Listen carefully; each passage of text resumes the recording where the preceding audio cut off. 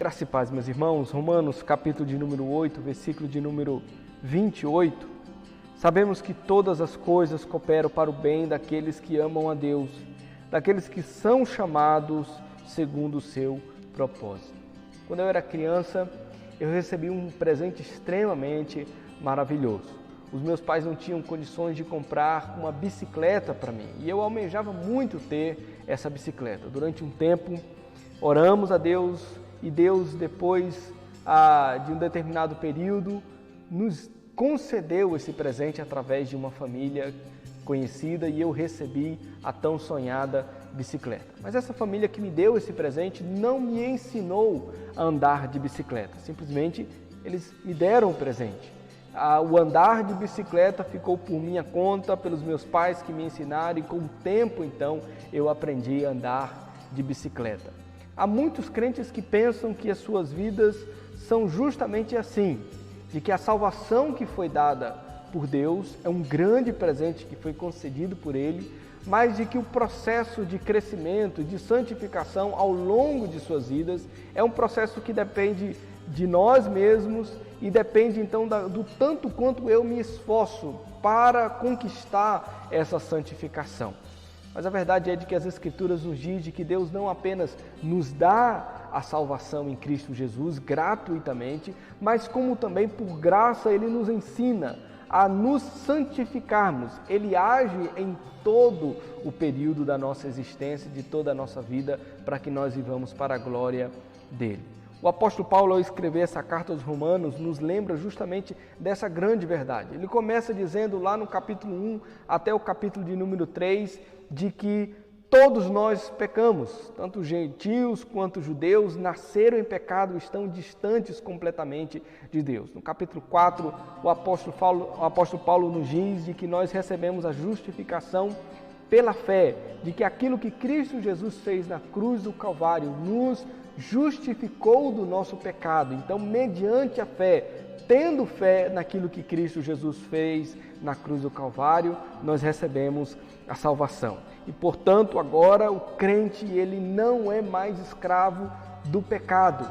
Ele não é mais conduzido segundo as suas orientações da carne, segundo os seus desejos da carne. Pelo contrário, ele agora é conduzido pelo Espírito Santo de Deus. Mas há uma constatação que o apóstolo Paulo faz no capítulo 7 de que ainda há uma luta, uma guerra, uma batalha em nós quando a carne milita contra o Espírito. Mas ele nos lembra no capítulo 8 dizendo de que não há mais condenação para aqueles que estão em Cristo Jesus, porque aqueles que estão em Cristo Jesus foi colocados neles o Espírito Santo de Deus para que sempre nos lembre de que nós estamos agora não pendendo para o pecado, mas pendendo agora para o Espírito, para as coisas do Espírito. Esse mesmo Espírito que habita em nós testemunha e diz de que nós somos filhos de Deus, de que nós somos herdeiros em Cristo Jesus e nós então podemos ter segurança nesse testemunho que o Espírito Santo nos dá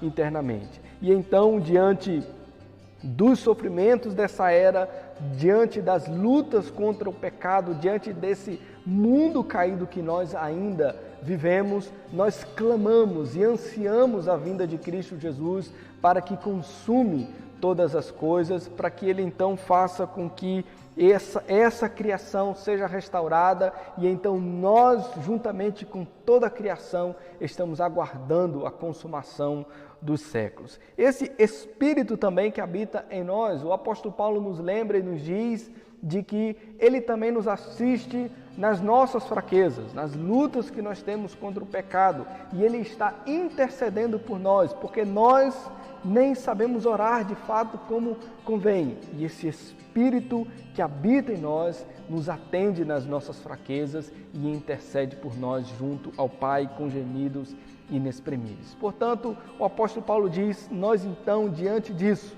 sabemos que todas as coisas cooperam para o bem daqueles que amam a Deus. Deus está em todo o tempo trabalhando em nós, em todas as situações, com seu Espírito em nós, nos conduzindo para o bem.